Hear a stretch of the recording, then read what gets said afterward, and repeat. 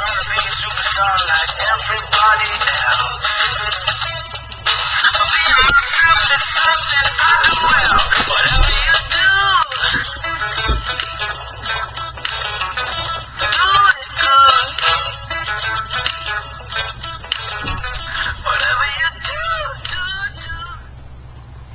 Hiya Steve, great to meet up with you at Range as always and do some work on your game. The top two images really sum up the session that we did the other day. First one here, top centre, mass moving away from the target, a little bit of forward bend, quite a lot of forward bend being maintained from P1 to P3, then a sort of stretch to the top.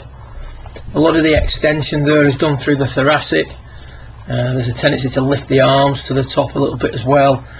As the thoracic lifts, the left shoulder stops working down,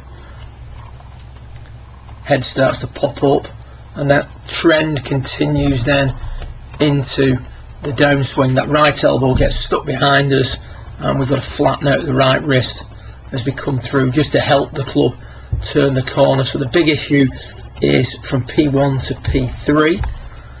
What is happening with the elbows? We can see here from down the line that the elbows start to separate pretty early, accommodating really what the body's doing. The body's not very lively at that point, so we need to liven up the hips, improve the way the knees work. Remember, the knees or the feeling of where the weight is was really the key aspect that we worked on here during the session. So first of all, we looked at what the elbows were doing. We've got the tub of fruit between the forearms, which was quite convenient.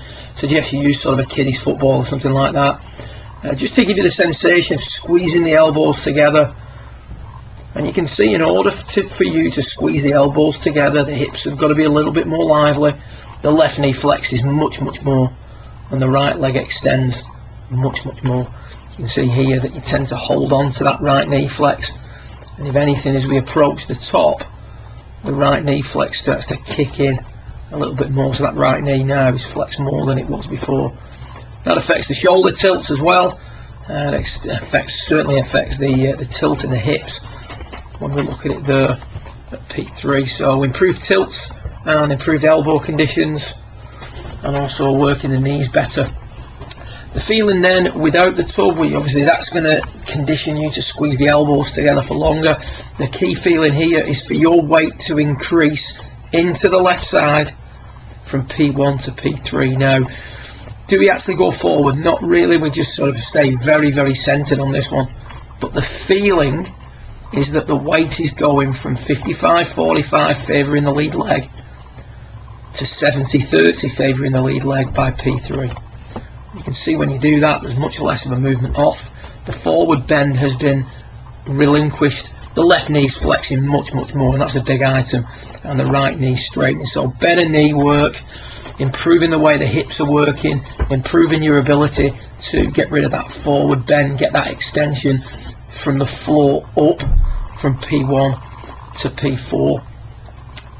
Then it's learning to get back into flexion properly. Got the exercises to do that.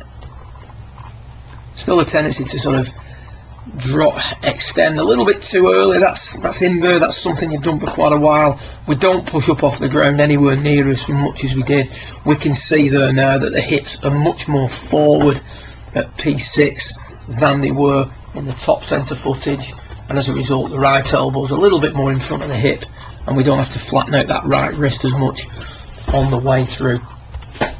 We then started working a little bit on the extension, and we said that in order for you to prevent that elbow getting in front of you, prevent that early extension and that left shoulder raising too much, we need to work on keeping the head on the wall throughout the swing. A little bit of work on maintaining your inclination to the ground helps improve your P6 position, helps you learn to flex forward rather than working up a little bit too much, right shoulder getting lost behind you at that point. A lot of good stuff in there, just needs tidying up. Squeeze the elbows together more, feel the weight moving forward from P1 to P3, keeping you more stacked over the top of the golf ball, and then a little bit of work on maintaining your inclination from P4 to P6. Good luck with it. I look forward to meeting up with you again in early September. Well done.